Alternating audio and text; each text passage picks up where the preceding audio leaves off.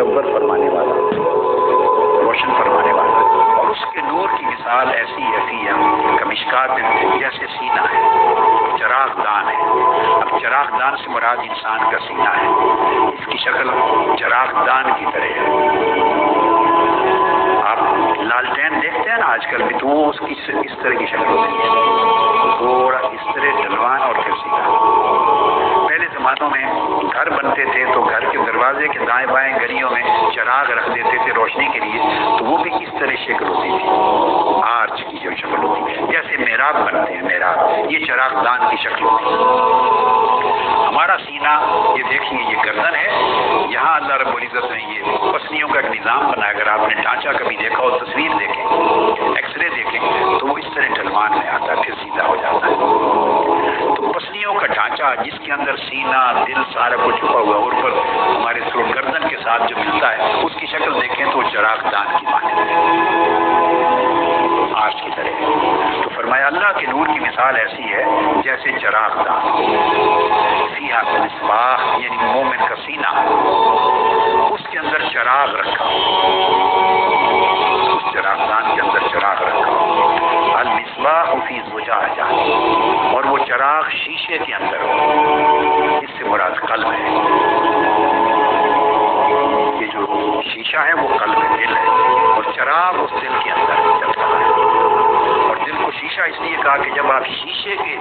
چراغ دان میں نور کو جلاتے ہیں تو جیسے بلب ہوتا ہے، بلب دیکھیں نا، وہ شیشے کا بنا ہوا ہوتا ہے، وہ شیشہ نہیں جل رہا۔ آپ ٹیوب کو دیکھیں، بلب کو دیکھیں تو وہ شیشہ نہیں جل رہا ہوتا، وہ تو کور ہے، اس کے اندر وہ تار ہے جو جل رہی ہے، روشن ہو رہی ہے، جو منبع نور بن گیا، جہاں سے روشنی پھوٹ رہی ہے، وہ اندر تار ہے، اور اس کو کور کرنے کے لیے ٹرانسپیرنٹ وجود چاہیے، تو شیشہ کا بلب بنا دیا گیا، تو اس میں سے شعاعیں پھیل کے باہر جا رہی ہیں۔ اس طرح مومن کا قلب جب اللہ کا نور الہی جب اس میں آ جاتا ہے تو وہ پھر قلب کی حیثیت ٹرانسپیرنٹ ہو جاتی ہے، شیشے کی طرح، اور اس کے اندر نور الہی کا چراغ جل رہا ہوتا ہے، اور نور الہی کے چراغ کی شعاعیں جب نکلتی ہیں تو دل کی دیواریں، یہ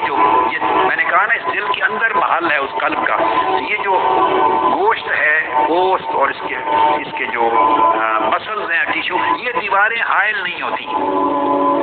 اس کا نور بدن کی دیواریں بھی حتیٰ کہ حائل نہیں ہوتی، وہ نور پھر نکل جاتا ہے اطراف و اکناف میں۔ تو فرمایا وہ چراغ گویا زجاجہ میں ہے، اور جو زجاجہ پھر اس چراغ کے جلنے سے، نور الہی کا چراغ جب جلتا ہے قلب مومن میں، انسان کے دل میں، تو وہ اس طرح لگتا ہے کانہا کوکب دری، کہ جیسے چمکتا ہوا ستارہ ہے، جس طرح اندھیری رات میں ستارہ چمکتا ہے اور روشنی نظر آتی ہے، اس طرح مومن کا دل آسمان سینہ میں اس چمکتے ہوئے ستارے کی طرح روشن ہوتا ہے، اس کی شعاعیں پھوٹ رہی ہیں۔ اور پھر اس کے بعد آگے بیان کیا یوقد من شجرۃ مبارکۃ، اور وہ مبارک سینے سے وہ چراغ روشن ہے، ہو رہا ہے، شجرۃ مبارکۃ زیتون، زیتون کے درخت سے وہ روشن ہو رہا ہے وہ چراغ، لا شرقیہ ولا غربیہ، وہ ایمان کی طرف اشارہ ہے، اور علم اور معرفت الہیہ کی طرف اشارہ ہے، مشکات نبوت محمدی سے وہ نور لے رہا ہے، مالا اعلیٰ سے انوار الہیہ کو لے رہا ہے، اور چمک ہو کر وہ نہ شرقی ہے نہ غربی، یعنی اس کی کوئی سمت نہیں ہے، وہ کسی سمت کا محتاج نہیں، کیونکہ نور حق ہے اور نور حق سمتوں کا محتاج نہیں ہوتا۔ اور اس کی کیفیت یہ ہے کہ پھر یکاد زیتھا یضیء ولو لم تمسسہ نار، جس کے اندر یہ چراغ، یہ نور روشن ہو جائے تو پھر اس کی عالم یہ ہوتا ہے کہ وہ جیسے کہ وہ اگر آگ نہ بھی چھوئے تو تب بھی لگتا ہے کہ یہ زیتون کا تیل بڑک اٹھے گا، یعنی کتابیں نہ بھی دیکھے تو تب بھی علم کے چشمے پھوٹ رہے ہوتے ہیں اس کے اندر۔ لو لم تمسسہ نار سے مراد یہ ہے وہ جو عام عادت کے ذرائع علم ہیں، کتابوں کے، اساتذہ کے، مدارس کے، اسکولوں کے، کتب کے، انبار کے، لائبریریوں کے، اگر ان کو نہ بھی چھوا ہو تو جب یہ نور حق دل کے اندر روشن ہو جاتا ہے تو اسے ڈائریکٹلی مالا اعلیٰ سے علوم اور معارف ملنے لگ جاتے ہیں، تو یہ وہ ایسی باتیں پھر وہ صاحب نور قلب بیان کرتا ہے کہ کتابوں کو چھوئے بغیر وہ علم دیتا ہے، کتابوں کو کھولے بغیر وہ علوم اور معارف کے سمندر بہا دیتا ہے، کتابوں پر کی محتاجی کے بغیر اس علم ہوتا ہے، معارف جنم لیتے ہیں۔ تو اس کو اللہ رب العزت نے یہ مثال دی۔ میرا مراد یاد رکھ لیں، نہ اصل درخت ہے زیتون کا، نہ تیل ہے، نہ اس کو آگ کا چھونا ہے۔ کیوں؟ فرمایا نور علی نور، اور اگر وہ اس کے بعد ایسے نور کا حامل مومن، مرد مومن جس کا قلب نور حق کا چراغ بن گیا ہے اور مالا اعلیٰ کا نور علم اور معرفت کی شکل میں وہ چشمہ بن کے پھوٹ رہا ہے اس کے قلب سے، اگر ایسا مرد مومن اگر کتابوں کو پڑھ لے اور نصابات کو پڑھ لے تو نور علی نور، پھر اس کا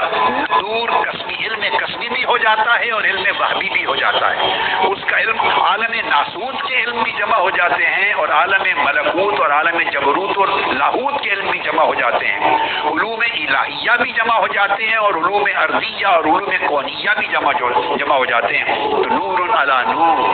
وہ نور پہ نور ہو جاتا ہے۔ پھر اللہ پاک جس کو چاہتا ہے اس نور سے ہدایت عطا کرتا ہے۔ اب جو میں نے کہا کہ اس سے مراد ایکچوئل درخت یا تیل نہیں ہے، یہ مثال دی اللہ پاک نے اپنے نور کی، مرد مومن کے سینے اور قلب کے ساتھ خود کلیئر کر دیا۔ یضرب اللہ الامثال للناس، اللہ پاک نے فرمایا لوگوں یہ آیت پڑھ کے کہیں اس سے زیتون کا روغن نہ سمجھ لینا کہ بازار چلے جاؤ کہ زیتون کا اولیو آئل خرید کے لے آئیں، اس سے کوئی چمک آ جائے گی،